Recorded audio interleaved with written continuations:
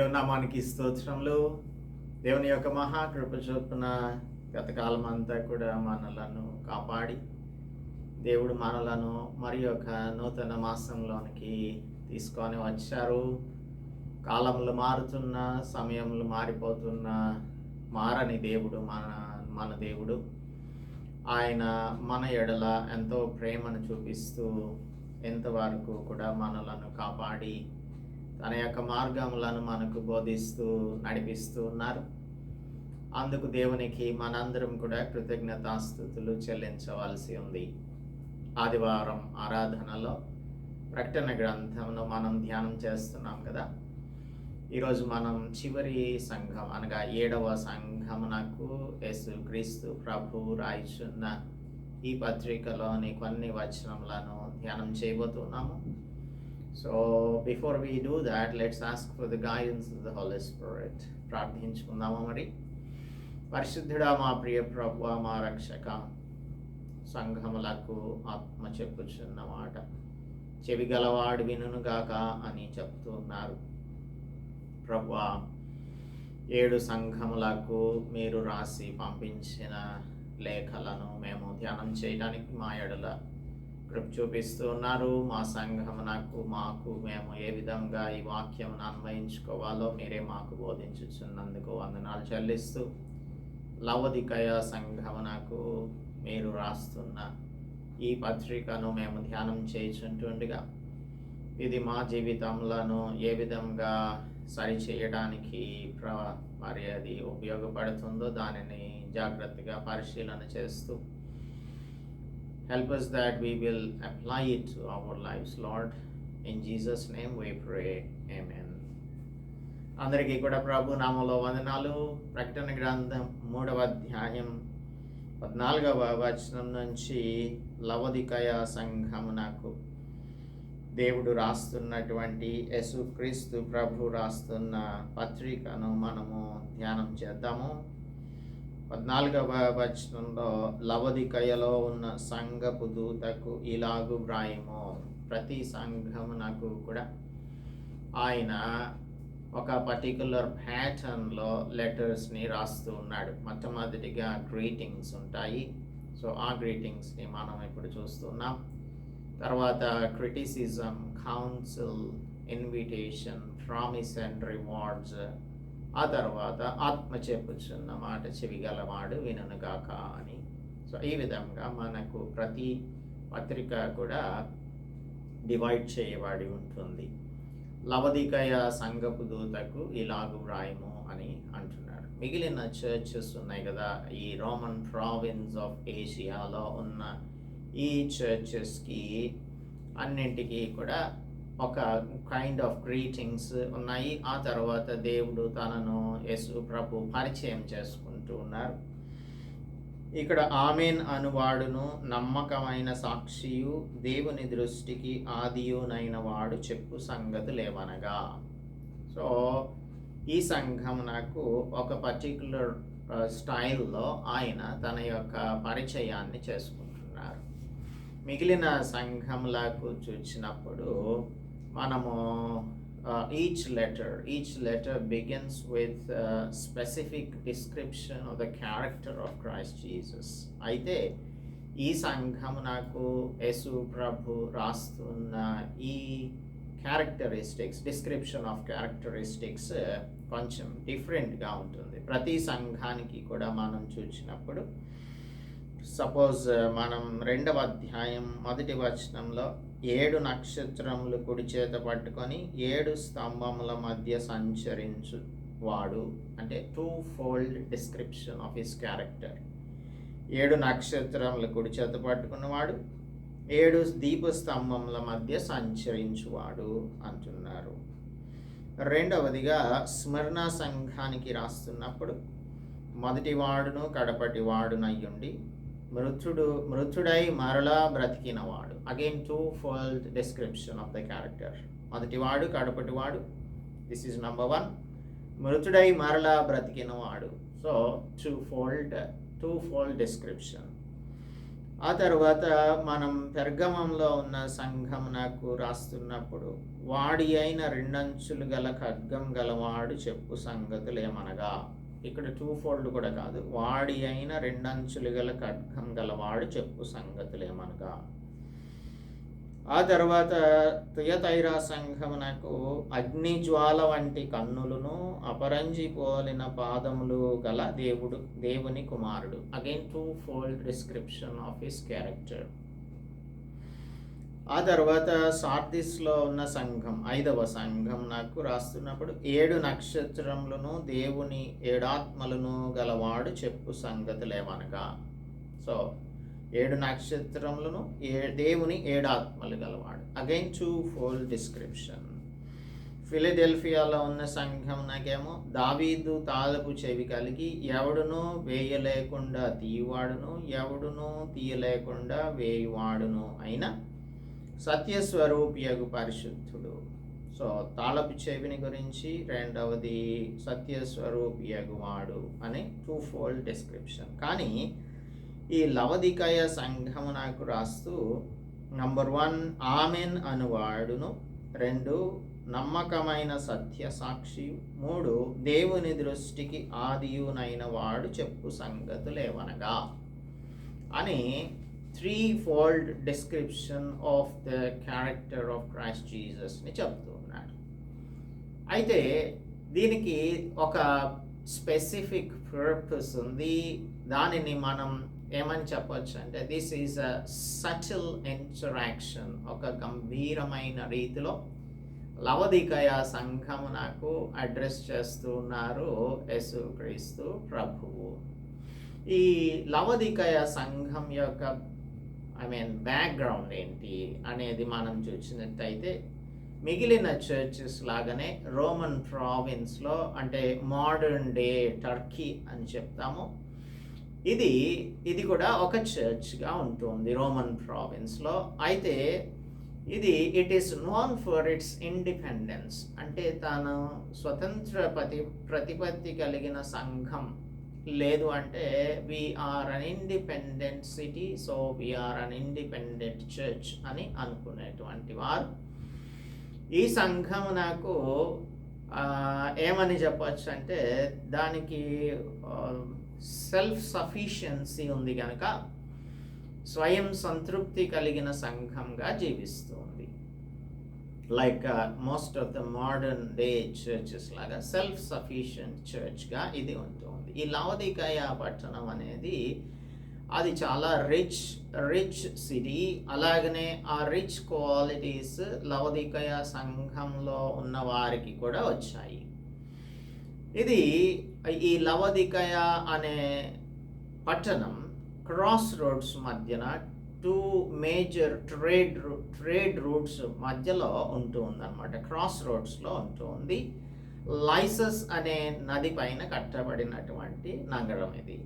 ప్రతి నదీ పారివాహక ప్రాంతాలలో, అంటే on the banks of any river if there is a city it flourishes అనేది మనకు అనేక దేశాలలో చరిత్రలో మనం చూస్తుంటాం. ఎక్కడైతే ఫర్టిలిటీ ఉంటుందో, అనగా నదులు ఉంటే నదీ తీరాన కట్టబడిన నగరం ఫర్టైల్గా ఉంటుంది కనుక ఆ ఫర్టిలిటీ వలన అది ఫ్లరిష్ అయ్యే పట్టణంగా ఉంటుంది. Like London is on the banks of river Thames. అలాగా ప్రతి ప్రాముఖ్యమైన పట్టణం కూడా నదీ తీర ప్రాంతములలో కట్టబడినటువంటివిగా ఉండి అది విరాజిల్లుతూ ఉండేటువంటి పట్టణాలుగా ఉంటాయి. ఈ లవదికయ సంఘం కూడా లైసస్ అనే నదీ తీరాన కట్టబడిన నగరం. దీనికి ఒరిజినల్ నేమ్, లవదికయకు ఒరిజినల్ నేమ్ ఏంటంటే ద సిటీ ఆఫ్ జియస్, అంటే గ్రీక్ గాడ్ నేమ్ ప్రకారంగా జియస్ అనే వారి యొక్క డెయిటీ పేరు మీద ఈ పట్టణము ఉంటూ ఉండేది. So it is a god's city అన్నట్టు, దేవుని యొక్క లేదంటే భగవంతుని యొక్క పట్టణం అని అనుకునే రీతిలో దీని యొక్క పేరు ద సిటీ ఆఫ్ జియస్. ఆ తర్వాత దీనికి యాంటియోకస్ ద సెకండ్ తన భార్య పేరును పెట్టుకున్నారు. ఆయన యొక్క భార్య పేరు లవోదికే. అందుకని ఆయన భార్య పేరు మీద ఈ పట్టణమునకు లవోదికయ అని పేరు నామకరణం చేశాడు. ఇది మోడర్న్ డేలో మనం చూసినట్టయితే డెనిజ్లీ అనే నగరం ఉంటుంది టర్కీలో. డెనిజ్లీ అనే నగరం ఇప్పుడు మనం అనుకుంటున్న ఈ లవోదికయ పట్టణం ప్లేస్లో ఉంటుంది. మోడర్న్ డే టర్కీలో ఉంటుంది. ఇది ఇప్పుడు మనం దానిని తుర్కియే అని పిలుస్తున్నాం. దాన్ని కూడా పేరు మార్చేశారు దేశం. నాకు ఇక్కడ ఉన్నటువంటి వారు లెజర్గా అంటే చాలా నింపాదిగా జీవిస్తూ ఉండేవారు. ఖాళీ సమయం ఎక్కువ ఉండేది. ఆటలకు ఎక్కువ ప్రాముఖ్యత ఇస్తూ ఉండేటువంటి వారు. చాలా స్టేడియంస్ అక్కడ ఉంటాయి, థియేటర్స్ ఉంటాయి, నాటకాలు, తర్వాత ఈ కళాకారుల ప్రదర్శనలు చేయడానికి యాంఫీ థియేటర్స్ ఉంటూ ఉంటాయి. ఈ విధంగా ఎక్కువ సమయం వీరికి, అంటే రిచ్ పీపుల్ కదా, వీరికి ఖాళీ సమయం ఉన్నప్పుడు దానిని ఏ విధంగా వినియోగించుకోవాలి అంటే థియేటర్స్లోనూ, యాంఫీ థియేటర్స్లోనూ, స్టేడియంస్లోనూ వారు తమ యొక్క సమయాన్ని గడుపుతూ ఉండేటువంటి వారు.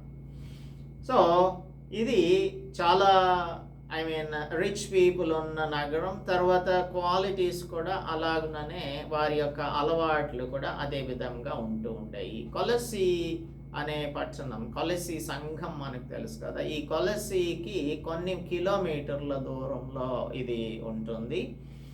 అలాగే ఇంకొక పక్కన ఫిలదెల్ఫియా, ఈ ముందు సంఘము మనం 6వ సంఘంగా చదువుకున్నాం కదా, 6వ సంఘమైన ఫిలదెల్ఫియా అనేటువంటి ఈ పట్టణం నాకు సౌత్ ఈస్ట్లో 40 మైల్స్ దూరంలో ఉంటూ ఉండేది ఈ లవోదికయ అనేటువంటి పట్టణం లేదంటే సంఘం.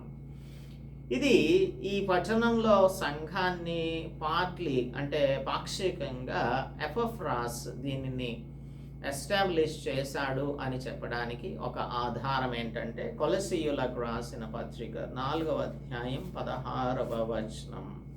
కొలెషన్స్ చాప్టర్ 4:16 చూస్తే అక్కడ మనకి తెలుస్తుంది ఇది పార్ట్లీ ఎస్టాబ్లిష్డ్ బై ఎపఫ్రాస్ అనే విషయం. 4:16 ఆఫ్ కొలెషన్స్.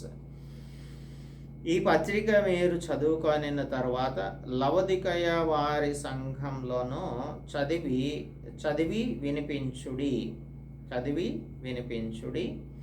లవోదికయకు వ్రాసి పంపిన పత్రికను మీరును చదివించుకొనుడి అని ఇక్కడ చదువుకుంటాము. సో ఎపఫ్రాస్ ఇక్కడ దేవుని యొక్క పరిచర్యను చేసినట్లుగా ఈ కొలసి సంఘమునకు అపొస్తలుడు పౌలు రాస్తున్నప్పుడు అనేక మంది యొక్క పేర్లను ఈ 4వ అధ్యాయంలో మెన్షన్ చేశాడు. సో ఎపఫ్రాస్ ఇక్కడకు వెళ్ళాడు. ఆయన ఈ లెటర్ని తీసుకొని వెళ్ళినప్పుడు కొలెషన్స్కి లవోదికయలో కూడా చదివించుకోమని చెప్పినట్లుగా మనము ఇక్కడ దాని యొక్క ప్రూఫ్ని చూస్తూ ఉన్నాము. అందుకని ఈ లవోదికయ సంఘమునకు ఎపఫ్రాస్ పార్షియల్గా ఎస్టాబ్లిష్మెంట్లో తోడ్పడ్డాడు. అక్కడ కొలెసీలో మినిస్ట్రీ చేస్తున్నప్పుడు లవోదికయకు కూడా వెళ్తూ ఉండేటువంటి వాడు. అటువంటి చరిత్ర కలిగినటువంటి ఈ సంఘమునకు యేసు ప్రభువు రాస్తున్న విషయాలు. మొట్టమొదటిగా ఆమెన్ అనువాడును. ఆమెన్ అంటే అది it's an idea of complete truth or complete veracity అని చెప్పచ్చు. ఇట్స్ రిలయబిలిటీకి సాదృశ్యంగా ఉంటుంది. ఇప్పుడు మనం ప్రార్థన చేసిన తర్వాత చివరిగా ఏమంటాము? ఆమెన్ అంటాము. ఆమెన్ అంటే ఇట్ ఈస్ అది అవునుగాక అని, లెట్ ఇట్ బి డన్ అని, or it is the perfect and final revolution of Christ Jesus or God అనేది మన యొక్క ఆలోచన. సో ఆమెన్ అనువాడు ఏదైనా చెప్తే ఇంకా దానికి ఏమాత్రమునో కూడా తిరుగులేదు. దేవుని యొక్క మాటే అది చివరి మాట. He is the final and ultimate authority. He is the sovereign God అని మనకు తెలియజేస్తుంది. సో ఆమెన్ అనువాడు, తర్వాత మనము నమ్మకమైన సాక్షి, మూడవది దేవుని దృష్టికి ఆదియునైన వాడు అని 3 మాటలు ఇక్కడ ఉపయోగిస్తూ ఉన్నాడు. సో ఈ లెటర్ లవోదికయ సంఘం నాకు రాస్తున్న లెటర్ ఒక హార్ష్ అండ్ పెయిన్ఫుల్ లెటర్గా కనిపిస్తుంది. ఎందుకంటే ఆయన చెప్పాలనుకున్న దానిని ఎటువంటి అప్రిసియేషన్, మిగిలిన సంఘములకు కొంత కాకపోతే కొంత అయినా సరే అప్రిసియేషన్ ఉంది, కానీ ఈ సంఘం నాకు ఎటువంటి అప్రిసియేషన్ లేకుండా స్ట్రైట్ అవే ఒక సటిల్ ఇంటరాక్షన్ని యేసు ప్రభు ఓపెన్ అప్ చేస్తూ ఉన్నారు. సో ఆయన ఆమెన్ అనేటువంటి వాడు. There is no argument with God. Whatever he does it is law. ఆయన ఏదైతే చెప్తారో whatever he says it is law. ఆయన చెప్పినదే వేదం అనేది. ఇందులో ఎటువంటి వేరియింగ్ పర్స్పెక్టివ్స్కి అవకాశం లేదు. మీరు ఇది కాదు అలాగా, అలా కాదు ఇలాగా అని చెప్పడానికి ఏమాత్రము కూడా అవకాశం లేదు అని చెప్పడానికి ఆమెన్ అనువాడు అని అంటున్నాడు. సో ఆమెన్ అనువాడు చెప్పేటువంటి సంగతులు. రెండవ మాట ఇందులో సెకండ్ ఫ్రేజ్, నమ్మకమైన సత్య సాక్షియు. నమ్మకమైన, ఫెయిత్ఫుల్ అండ్ ట్రూ విట్నెస్, సత్య సాక్షి అయిన వాడు. తిమోతికి రాస్తూ 2వ పత్రిక 2:13 అపోస్తలుడు పౌలు ఏమంటున్నాడు అంటే, మనం నమ్మదగిన వారమైనను ఆయన నమ్మదగిన వానిగా ఉంటాడు అని అంటారు. యేసు క్రీస్తు ప్రభు లేదంటే దేవుడు మనం నమ్మదగిన వారంగా ఉండకపోయినా కూడా ఆయన నమ్మదగిన వానిగా ఉండేవారు. He is a faithful witness. ఆయన నమ్మకమైన సాక్షి.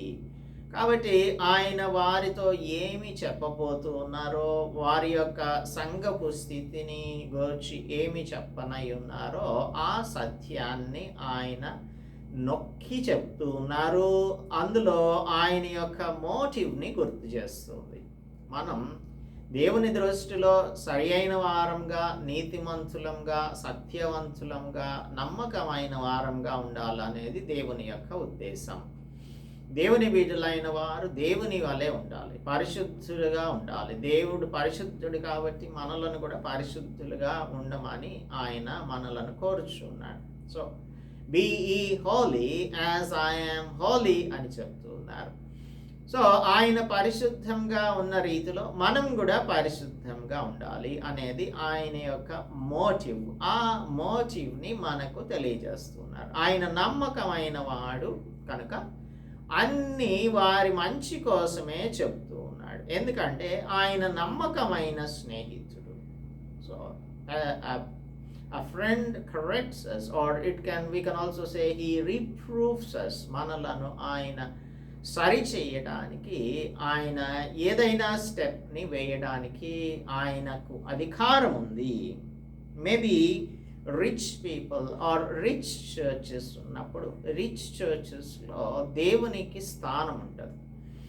ఎందుకు అంటే ఎవరైనా సరే ధనవంతుడు సూది బెజ్జంలో నుంచి ఒంటె దూరడానికి అవకాశం ఉంటుంది, కానీ ధనవంతుడు దేవుని రాజ్యంలో స్వతంత్రించుకోవడం అనేది సాధ్యం కాదు అని యేసు ప్రభువు మత్తయి సువార్తలో తెలియపరిచారు. ఇప్పుడు మానవులకు ఎస్పెషల్లీ డబ్బులు ఉన్నప్పుడు, లేదు అంటే సంఘం బాగా సెల్ఫ్ సఫిషియెంట్గా ఉన్నప్పుడు, డబ్బులు బాగా ఉన్నప్పుడు దేవుని మీద ఆధారపడకుండా మనకున్న ఆ ధన సమృద్ధిని బట్టి మనం మన యొక్క పనులన్నీ కూడా చేస్తూ ఉంటాం. లేదంటే ఒక్కొక్కసారి చెప్పాలి అంటే దేవుని మీద ఆధారపడవలసిన అవసరం లేదు అని అన్నట్లుగా మన యొక్క ప్రవర్తన ఉంటుంది. రిచ్ చర్చెస్ని గురించి మాట్లాడుతున్నాను. ఈ సంఘం ఒక ధనవంతమైన సంఘం లేదంటే ధనికమైన సంఘంగా ఉంది కనుక దేవుని యొక్క మాటలను పెడచెవిన పెట్టే సంఘంగా ఉంది అనేది దేవుడు తెలియచేయడానికి ఆయన వారి ముందు ఈ 3 qualities of his character or 3 attributes of his character ని తెలియజేస్తున్నాడు. ఆమెన్ అనువాడు అంటే whatever he says is final authority. Number 2, నమ్మకమైన సత్య సాక్షి. ఆయన నమ్మకమైన వాడు, సత్యవంతుడు అయిన సాక్షి అయి ఉన్నాడు. మూడవది, నీ దేవుని దృష్టికి ఆదియునైన వాడు చెప్పు సంగతులేమనగా, దేవుని దృష్టికి ఆదియు అయినటువంటి వాడు. జాన్ చాప్టర్ 1 మనం చదువుకున్నట్టయితే, జాన్ చాప్టర్ 1లో మొట్టమొదటి వచనం నుంచి, ఆది యందు వాక్యముండెను, వాక్యం దేవుని యొద్ద ఉండెను, వాక్యం దేవుడై ఉండెను, ఆయన ఆది యందు దేవుని యొద్ద ఉండెను, సమస్తమును ఆయన మూలంగా కలిగెను, కలిగి ఉన్నదేదియు ఆయన లేకుండా కలగలేదు. So when the Lord God created the heavens and the earth, Christ Jesus was with him. ఆయన సమస్తమును ఆయన మూలంగా కలిగెను, కలిగి ఉన్నదేదియు ఆయన లేకుండా కలగలేదు. సో ఆయనే ఆది అయి ఉన్నటువంటి వాడు. This description is also important for the Laodicean church. లవోదికయ సంఘమునకు ఈ అట్రిబ్యూట్ కూడా చాలా ప్రాముఖ్యమైనది. ఎందుకంటే they should know that he is the one who was in the beginning.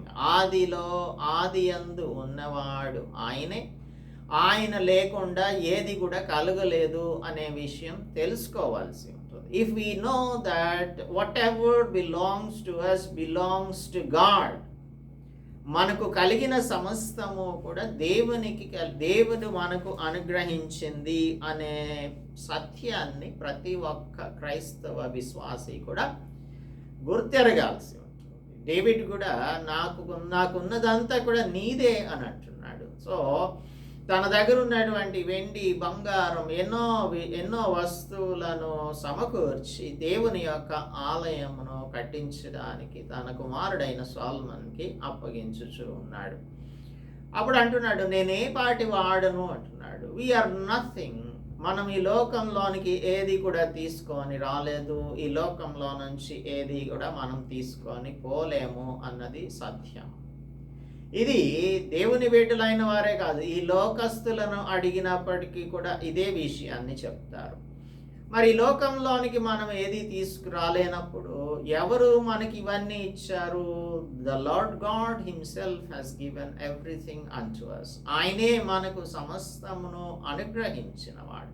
మనం పీల్చుకునే ఊపిరి ఆయనది, మనం చలించుచున్న ఈ శరీరం ఆయనది, మనలో ఉన్న ఆత్మ దేవుడు పెట్టిన దీపం.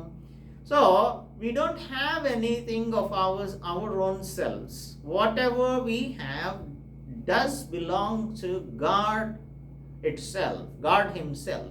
ఆయనకు మాత్రమే చెందినటువంటి వారం మనం. ఆయనకు మన మీద సంపూర్ణ అధికారం ఉంటుంది. We cannot question the Lord. We cannot even behave or have an attitude against God. దేవునికి వ్యతిరేకమైన ఆలోచన కానీ, దేవునికి వ్యతిరేకమైన ప్రవర్తన కానీ, దేవునికి వ్యతిరేకమైనటువంటి పరిస్థితి ఏది కూడా మన జీవితంలో ఉండకూడదు అనేది సత్యం. దీనిని ప్రతి ఒక్కరం కూడా గమనించాలి. He is the ultimate, as he is a creator, he is the ultimate authority, and his pronouncement about our condition, మన హృదయ స్థితిని గురించి మనకు తెలియజేస్తున్నప్పుడు ఆయన మన మీద ఉన్న అధికారంతోనే దానిని మనకు వెల్లడి చేస్తున్నాడు అనే విషయాన్ని మనం గ్రహించాలి.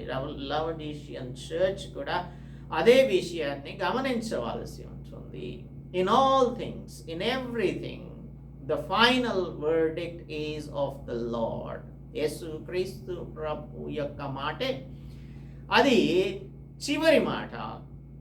ఎందుకంటే he is the one who is gone judges. మనలను ఆయన తీర్పు తీర్చేటువంటి వాడు. ఆయన ఎదుట అందరూ కూడా వచ్చి నిలబడవలసిందే. ఈ ప్రపంచంలోని ప్రతి ఒక్కరు కూడా, సముద్రం దానిలో ఉన్న వాటిని, ఆ ప్రాణములన్నింటినీ కూడా ఆయన ముందుకు తీసుకొస్తుంది. అలాగా the nature brings everything to the throne of Christ Jesus, and he is the final authority who will judge and send people to hell, either hell or heaven.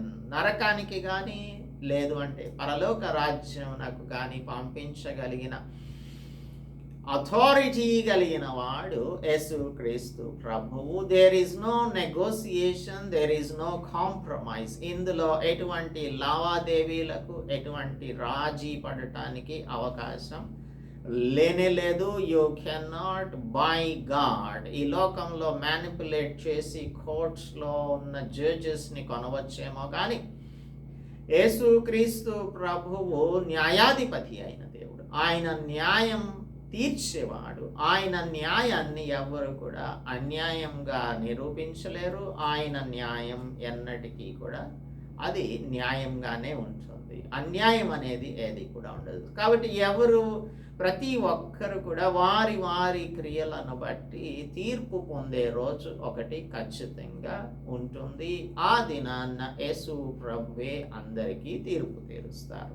అందుకే మనం it is better to listen to his criticism and follow his advice. ఆయన మనకు మన స్థితిని తెలియపరిచినప్పుడు దానిని మనం అంగీకరించాలి, ఆయన యొక్క సలహా ప్రకారంగా జీవించాలి అని చెప్పడానికే ఆయన 3 క్యారెక్టరిస్టిక్ ఫీచర్స్ని లెవిడీషియన్ చర్చ్కి తెలియజేస్తూ ఉన్నారు.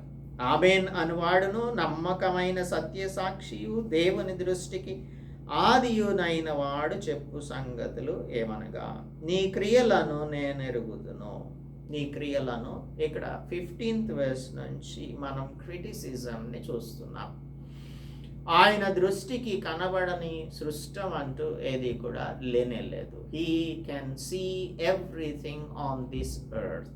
ప్రపంచంలో ఎక్కడైనా సరే, యూనివర్స్లో, ఈ విశ్వంలో ఆయనకు కనిపించినటువంటిది ఏది కూడా లేదు. nobody can escape the attention of God. దేవుని దృష్టిని ఎవరు కూడా మరల్చలేరు, దానిలో నుంచి తప్పించుకోను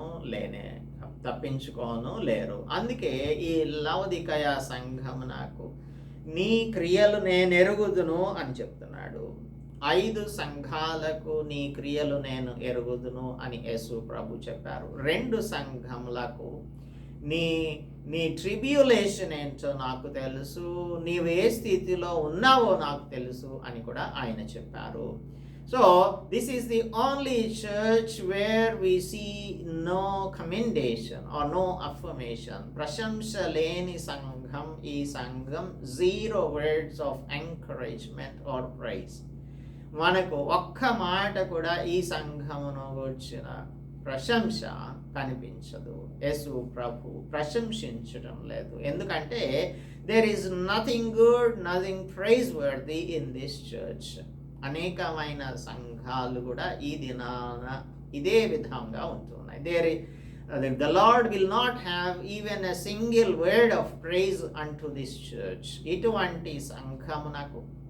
ఇటువంటి సంఘాలు అనేకంలో ఉన్నాయి. ఇటువంటి సంఘములకు యేసుక్రీస్తు ప్రభు ప్రశంసించగలిగిన ఒక్క క్వాలిటీ కూడా లేనే లేదు అనేది మనం ఇక్కడ స్పెసిఫిక్ క్రిటిసిజమ్స్ని చూసినప్పుడు మన పరిస్థితి, మన సంఘముల యొక్క పరిస్థితి తెలుస్తుంది. నీ క్రియలను నేను ఎరుగుదును. నీవు చల్లగానైనను వెచ్చగానైనను లేవు. నీవు చల్లగానైనను వెచ్చగానైనను ఉండిన మేలు. You are neither hot neither cold. ఇప్పుడు దీనిని మనం సంపూర్ణంగా అర్థం చేసుకోవాలి అంటే we have to go to a few details about the neighborhood of Laodicea. ఈ సంఘం నాకు అంటే ఇక్కడ ఆత్మీయంగా చెప్పాలంటే ఈ సంఘం నాకు ఎటువంటి ప్యాషన్ లేదు, ఎటువంటి జీల్ లేదు. ఇది ఒక అపథెటిక్ అండ్ లెథార్జిక్ చర్చ్గా ఉంది అనేది ఇక్కడ వ్యాలిడ్ క్రిటిసిజంగా ఉంటుంది. ఈ లవదికియ అనేది 5 మైళ్ళు హిరాపులిస్ అనే ప్రదేశానికి 5 మైళ్ళ దూరంలో ఉంది. అంటే 8 కిలోమీటర్స్ దూరంలో ఉంది. అది it is famous, Hierapolis is famous for hot springs. అక్కడ వేడి నీటి ఊటలు వస్తూ ఉండేవి, హాట్ స్ప్రింగ్స్ ఉండేవి.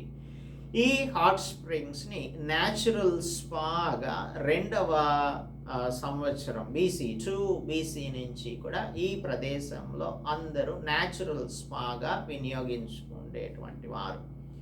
రోమన్స్కి ఈ హాట్ వాటర్ స్పా అంటే చాలా ఇష్టం కనుక ఇందులో లెజర్లీగా వెళ్ళి అందులో మునిగి ఆ హాట్ వాటర్లో చాలాసేపు ఉంటూ ఉండేటువంటి వారు, సమయాన్ని గడుపుతూ ఉండేటువంటి వారు రోమన్స్. ఇంకా గ్రేట్ బ్యాత్స్ వర్ బిల్ట్. అక్కడ పెద్ద పెద్ద స్నానపు తొట్టులను వారు బిల్డప్ చేసి ఆ గ్రేట్ బ్యాత్స్లో వారు ఎల్లప్పుడూ కూడా లెజర్లీ టైం ఉన్నప్పుడు స్పెండ్ చేస్తూ ఉండేటువంటి వారు.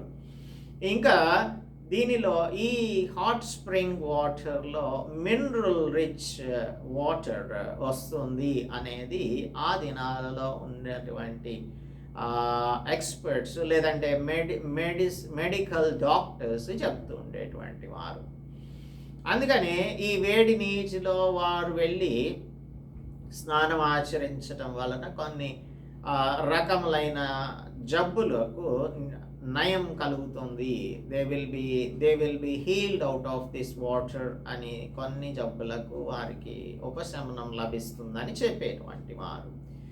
ఇది అందుచేత అక్కడ ఉన్నటువంటి వారందరూ కూడా ఈ హాట్ వాటర్ని బాగా ఇష్టపడుతూ ఉండేటువంటి వారు. ఒక ప్రక్కనేమో హిరాపోలిస్ ఉంటే ఇంకొక ప్రక్కనేమో 10 మైళ్ళ దూరంలో కొలస్సీ పట్టణం ఉంది. కొలస్సీ పట్టణం, ఈ పట్టణం దేనికి ప్రాముఖ్యంగా ఉండేదంటే అక్కడ మౌంటైనస్ రీజియన్లో నుంచి కోల్డ్ వాటర్ వస్తూ ఉండేది. హిరాపోలిస్లో నుంచి హాట్ వాటర్ స్ప్రింగ్స్లో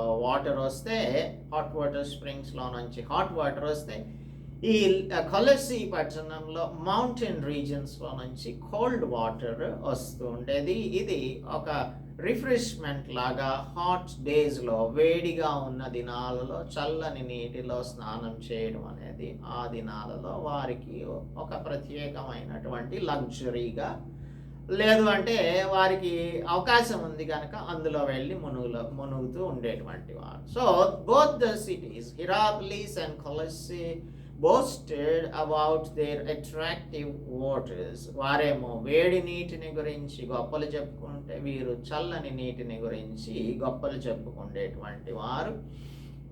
తర్వాత వారి యొక్క ప్రైడ్ ఆ వాటర్లో ఉంటూ ఉండేది. మా దగ్గర వేడి నీళ్ళు ఉన్నాయి గొప్పగా చెప్పుకుంటే వాళ్ళే మా దగ్గర చల్లటి నీళ్ళు రిఫ్రెష్మెంట్ కోసం ఉన్నాయి అని చెప్పుకుంటూ ఉండేటువంటి వారు. కానీ ఈ లవదికయ సంఘం నాకు అటువంటి అడ్వాంటేజ్ లేదు. కానీ డబ్బులు ఉన్నాయి కదా, డబ్బులు ఉన్నాయి కాబట్టి యాక్విడక్ట్స్ అంటే కాలువలను తవ్వించి ఈ హిరాపోలిస్ నగరం నుంచి వచ్చే హాట్ వాటర్ని లవదికయ వరకు కూడా వారు ప్రవహింపచేస్తూ ఉండేటువంటి వారు. సో ఆ లవదికయ సంఘం ఎంత దూరంలో ఉంది మనకు, లవదికయ సంఘం నాకు హిరాపోలిస్ ఎంత దూరంలో ఉంది అంటే 8 కిలోమీటర్ల దూరంలో ఉంది. ఈ 8 కిలోమీటర్ల దూరము వారు కాలువలను తవ్వించి లవదికయ వరకు కూడా ఆ హాట్ వాటర్ వచ్చేలాగా ప్రవాహాన్ని వారి వైపు మరల్చుకున్నారు, డబ్బులు ఉన్నాయి కనుక. అయితే అక్కడ స్టార్ట్ అయిన హాట్ వాటర్ ఇక్కడికి వచ్చేపాటికి నులివెచ్చని నీటిగా అయిపోతూ ఉండేది. హాట్గా ఉండదు కదా, అక్కడి నుంచి ప్రవాహం వచ్చేసరికి 8-9 కిలోమీటర్ల పాటు ప్రవాహం వచ్చేప్పటికి అది నులివెచ్చని స్థితిలోనికి వచ్చేసేది. అందుకని యేసు ప్రభువు ఆ నులివెచ్చని నీటికి ఈ సంఘం నాకు పోలికను చూపిస్తూ ఉన్నారు. నీవు నీవు ఎలా ఉన్నావు? నీవు చల్లగానైనను లేవు, వెచ్చగానైనను లేవు. ఒక ప్రక్కన ఉన్నటువంటి ఆ చల్లని నీటిని వారు 15 కిలోమీటర్లు కొలస్సీ నుంచి ఇక్కడికి రప్పించుకున్నప్పటికీ కూడా అవి కూడా ఇక్కడికి వచ్చేపాటికి చల్లదనం పోయేటువంటిది. సో ఈ రెంటికి మధ్యన ఉన్న లవదికయ సంఘం యొక్క పరిస్థితి కూడా అటు చల్లగాను లేదు, ఇటు వెచ్చగాను లేదు అనేది యేసు ప్రభు చెప్తూ ఉన్నారు. ఈ నగరానికి వచ్చేటువంటి సందర్శకులు ఈ నీటి యొక్క హీలింగ్ ప్రాపర్టీస్ ఉన్నాయని చెప్పేవారు కదా వేడి నీటిలో. ఆ హీలింగ్ ప్రాపర్టీస్ అన్నీ కూడా పోయేవి కాబట్టి ఇందులో క్వాలిటీ లేదు, పనికి రానటువంటి నీరుగా ఇవి ఉన్నది అని ఒమ్మి వేసేటువంటి వారు సందర్శకులు. అంటే వీటికి ఆ నీటికి ఉన్న క్వాలిటీస్ అన్నీ పోయినప్పుడు అసహ్యంగా, డిస్గస్టింగ్గా వారికి కనిపిస్తూ ఉండేది. అందుకే యేసు ప్రభు కూడా ఏమంటున్నారు అని అంటే, ఈ సంఘమును చూచి ఏమంటున్నారు?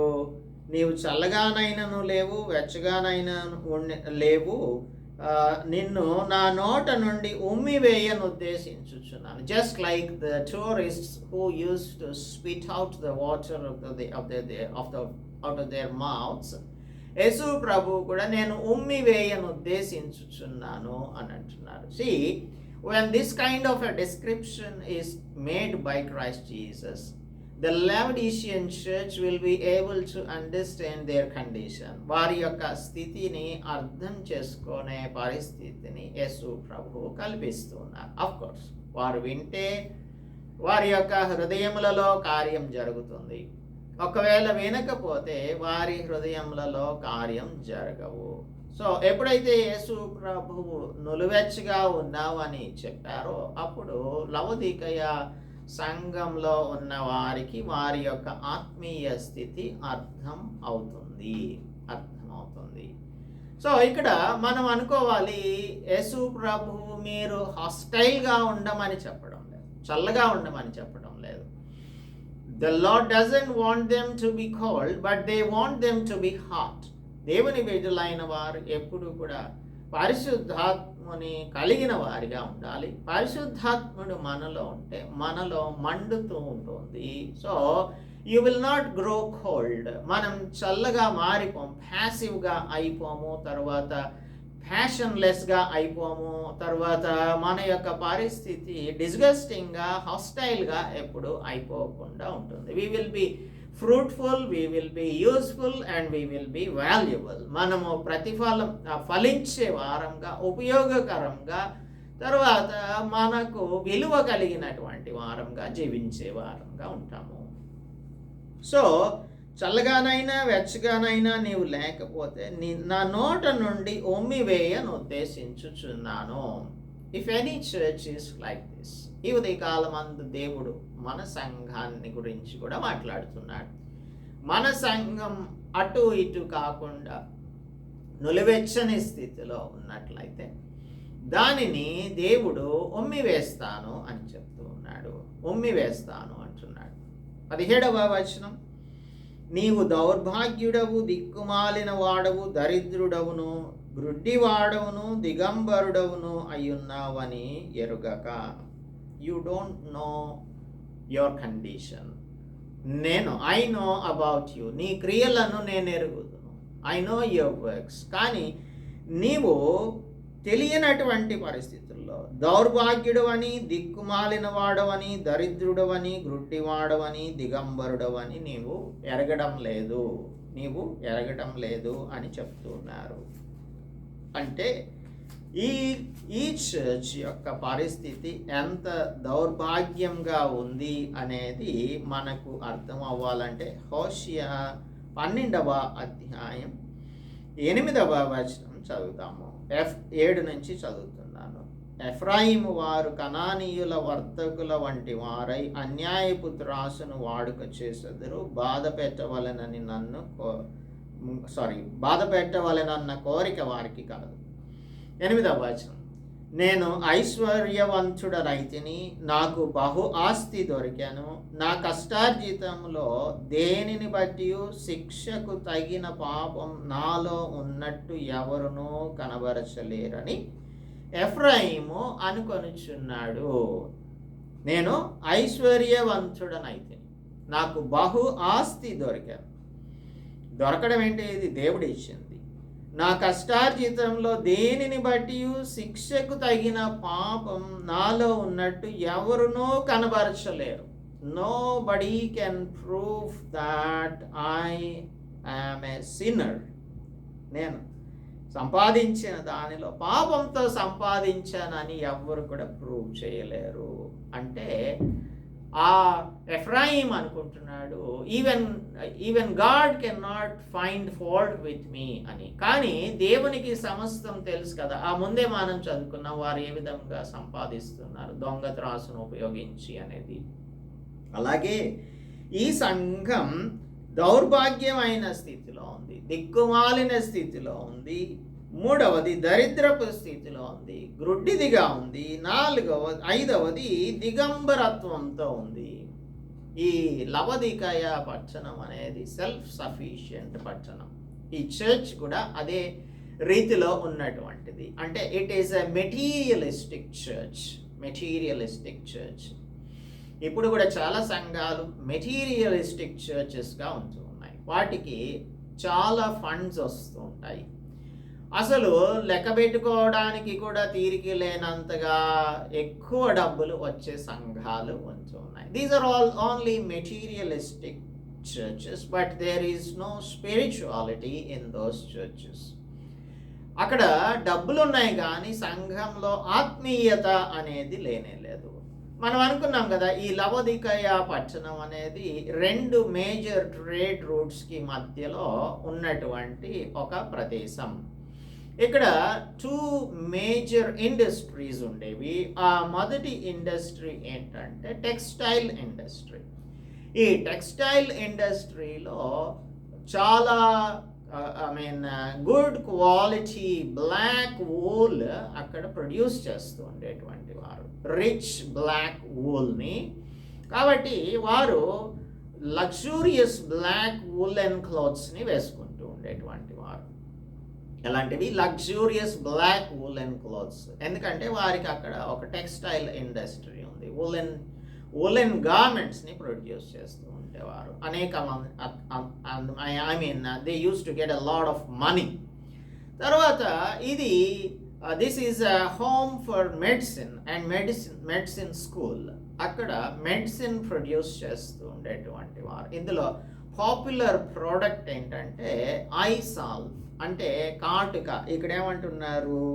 యేసుక్రీస్తు ప్రభువు తర్వాత నీ కన్నులకు కాటుకను నా యొద్ద కొనుము అని నీకు బుద్ధి చెప్పుచున్నాను అని ఎందుకన్నారంటే, ఇక్కడ కాటుకను వీరు ప్రొడ్యూస్ చేస్తూ ఉండేటువంటి వారు. ఇది ఐ డిసీజెస్ నుంచి వారికి విడుదలనిస్తుంది అని వారు అనుకుంటూ ఉండేవారు. ప్రాబబ్లీ అట్లా జరుగుతూ ఉండేటువంటిది. ఈ రిచెస్ వలన అక్కడ బ్యాంకింగ్ ఇండస్ట్రీ కూడా బాగా అభివృద్ధి చెందింది. బంగారము తర్వాత కరెన్సీ ఎక్స్చేంజ్ చేసుకుంటూ ఉండేటువంటి వారు, లోన్స్ని డిస్బర్స్మెంట్ చేస్తూ ఉండేటువంటి వారు. ఇటువంటి రిచ్ సిటీగా ఉంటూ ఉండేది ఈ లవదికయ పట్టణం. ఆ పట్టణానికి ఒకసారి ఒక పెద్ద ఎర్త్ క్వేక్ వచ్చింది. సుమారుగా 60వ సంవత్సరంలో 60 ADలో ఒక పెద్ద ఎర్త్ క్వేక్ వస్తే రోమ్ నుంచి వీరికి, రోమన్ ప్రావిన్స్ కదా, రోమ్ వారు వీరికి ఫండ్స్ని ఇస్తాము అని చెప్పినప్పుడు వీరు మాకొద్దు అని చెప్పి వారి దగ్గర ఉన్న సొంత డబ్బుతోనే వారి పట్టణాన్ని రీకన్స్ట్రక్ట్ చేసుకున్నారు. అంటే they were so self sufficient that they did not want to accept money from even Rome నుంచి వారు డబ్బు మాకు అవసరం లేదు అని దానిని రిజెక్ట్ చేసినటువంటి వారు. అందుకే వీరికి గర్వం చాలా ఎక్కువ. They became prideful and they focused on their worldly wealth. ఇహలోక సంబంధమైన సంపద, సమృద్ధి అయిన సంపద వారి యొద్ద ఉండటం వలన గర్వం వీరిలోనికి వచ్చేసి వీ డోంట్ నీడ్ గాడ్ అని అంటూ ఉన్నారు ఈ పట్టణంలో ఉన్న సంఘపు వారు. We don't need God, we are doing fine ourselves. And they pushed God outside the church and excluded him from his own church. ఆయన సంఘంలో నుంచి ఆయననే బయటకు త్రోసివేసేశారు. అందుకే 20వ వచనంలో, ఇదిగో నేను తలుపు నొద్ద నిలుచుండి తట్టుచున్నాను, ఎవడైనను నా స్వరం విని తలుపు తీసిన ఎడల నేను అతని యొద్దకు వచ్చి అతనితో నేనును నాతో కూడా అతడును భోజనము చేయుదుము అని ఎందుకు చెప్తున్నారు? They have pushed God outside. సంఘంలో నుంచి దేవుని త్రోసివేసేశారు. మీరు మాకు అవసరం లేదు అని చెప్తున్నారు. విచారకరమైన విషయం ఏంటంటే అనేకమైన సమకాలీన సంఘాలు లేదంటే మోడర్న్ డే చర్చెస్లో దేవుడు లేకుండా దేవుని ఆరాధించేవారు అనేక మంది ఉంటున్నారు.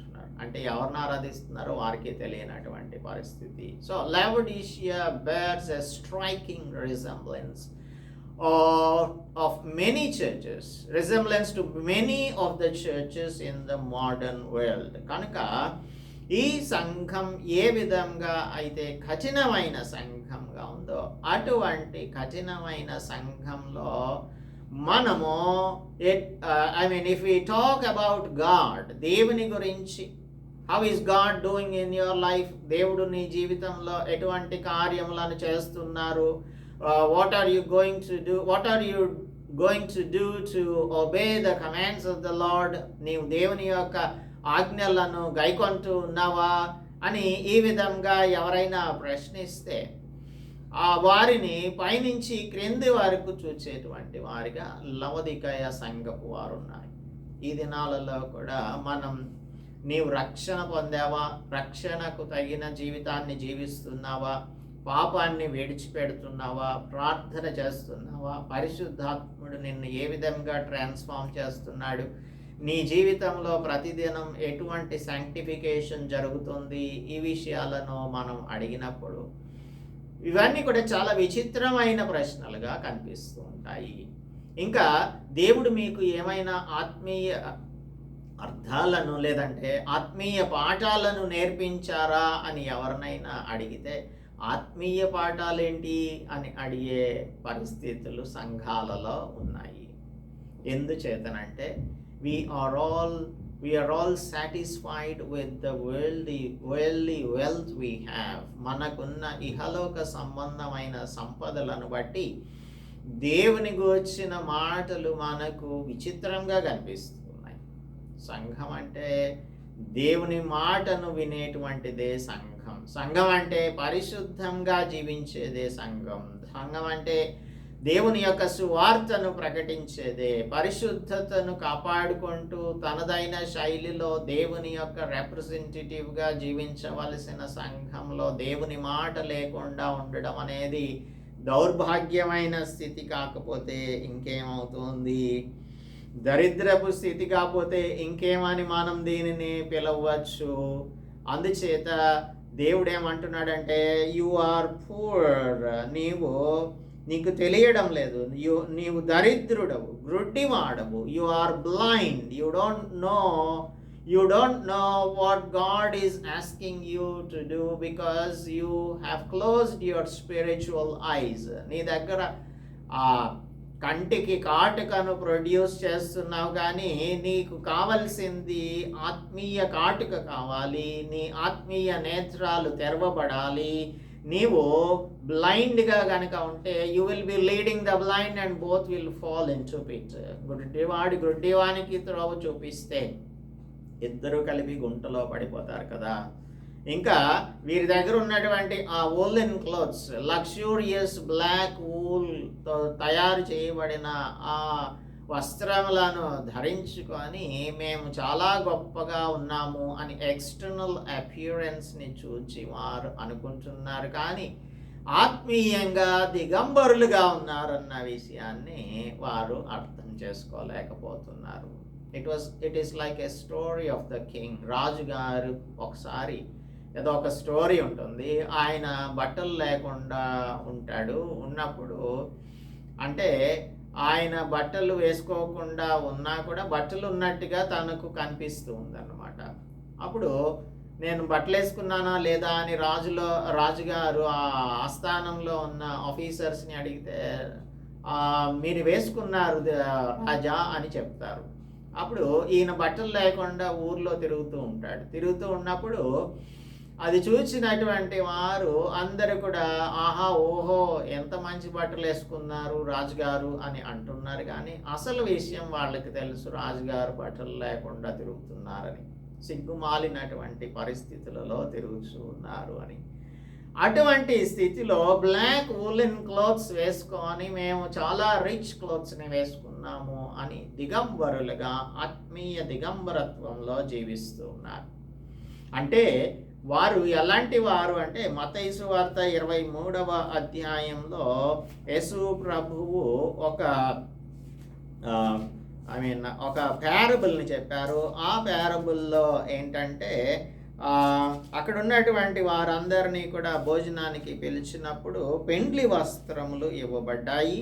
ఒకడు మాత్రము పెండ్లి వస్త్రం లేకుండా వచ్చేసినప్పుడు 22:13లో అంతటా రాజు వీని కాళ్ళు చేతులు కట్టి వెలుపడి చీకటిలోనికి త్రోసివేయుడి, పెండ్లి వస్త్రం లేక ఎలాగొస్తావు అని అతనిని తీసుకొని వెళ్ళి చీకటిలో పడద్రోసినట్లుగా మనం చూస్తామే. అటువంటి స్థితిలో ఈ లవదికయ సంఘం ఉంది. దిక్కుమాలిన స్థితిలో, దౌర్భాగ్యపు స్థితిలో, దరిద్రపు స్థితిలో, గ్రుడ్డితనంగా, దిగంబరత్వంతో జీవిస్తూ అనుకుంటోంది, నేను ధనవంతుడను, ధనవృద్ధి చేసుకొని ఉన్నాను, నాకేమీ కొదువలేదు అని ఈరోజు సంఘం కూడా అనేకమైన సంఘాలు ఇదే అనుకుంటున్నారు. వి ఆర్ సేఫ్డ్, దేవుడు మనలను రక్షించారు, మనము పరలోక రాజ్యం చేరడం అనేది ఇట్ ఈస్ ఫర్ ష్యూర్. కానీ మన క్రియలన్నీ కూడా ఇలాగ దౌర్భాగ్యంగా, దిక్కుమాలినవిగా, గ్రుడ్డితనంగా, తర్వాత దిగంబరత్వంగా ఉంటూ ఉన్నాయి. ఇదంతా కూడా చూసినప్పుడు సిగ్గుమాలిన పరిస్థితులలో మనం జీవిస్తూ, బయట చూస్తున్న వారికి మన యొక్క దిశమల కనిపించినట్లుగా మనం జీవిస్తూ, మనం ధనవంతులము, ధనవృద్ధి చేసుకున్నాము, ఆత్మీయంగా మనం రిచ్ పీపుల్మి అని మనం చెప్పుకుంటున్నాం. అంటే మేము ఆత్మీయంగా గొప్పవారు, పరలోక రాజ్యపు వారసులం, మేము పాటలు కూడా పాడుకుంటాం, దేవుని వారసులం అని. దేవుని వారసత్వం కలిగిన వారు జీవించవలసిన రీతిలో జీవించకుండా ఈహలోక సంబంధమైన వారి కంటే దిక్కుమాలిన ఆత్మీయ జీవితాలు కలిగిన వారిగా, దేవుని లేని వారిగా జీవిస్తూ, ఆత్మ లేని వారిగా జీవిస్తూ, గొప్ప ఆత్మీయతను మనము మన యొక్క అపియరెన్స్లో చూపిస్తూ జీవిస్తూ ఉన్నాము. ఆయన మరి మనలను ఉమ్మివేయకపోతే ఏం చేస్తారు? ఉమ్మివేసే పరిస్థితి తెచ్చుకోవద్దని చెప్తూ ఉన్నారు.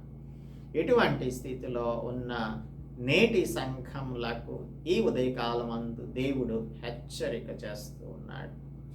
నీవు డోంట్ సింగ్ ఎ లల్లబై అంటూ యువర్ సెల్ఫ్. నీకు నీవే లాలిపాట పాడుకుంటూ, జోలపాట పాడుకుంటూ, ఆహా ఓహో నేను చాలా బాగున్నాను, నా ఆత్మీయ స్థితి ఉన్నతమైన స్థితి, చాలా మంది కంటే గొప్ప స్థితిలో నేనున్నాను అని అనుకుంటున్నావు. కానీ నీవు దౌర్భాగ్యపు స్థితిలో ఉన్నావన్న సంగతి నీకు జ్ఞాపకం చేస్తూ ఉన్నాడు. So go to the lord right now. ఆయన పాదముల దగ్గరకు నీవు వచ్చి ఆయనను క్షమాపణ అడిగి, ఆయన ఇచ్చేటువంటి ఆ సాల్ని నీవు కొనుక్కొని, ఆయన మనలను మన దిశమల కనబడకుండా ఉండునట్లు ధరించుటకు తెల్లని వస్త్రాలు ఇస్తానని చెప్తూ ఉన్నారు. దానిని కలిగిన వారంగా, మనం బుద్ధి కలిగిన వారంగా జీవించాలని కోరుకుంటున్నారు.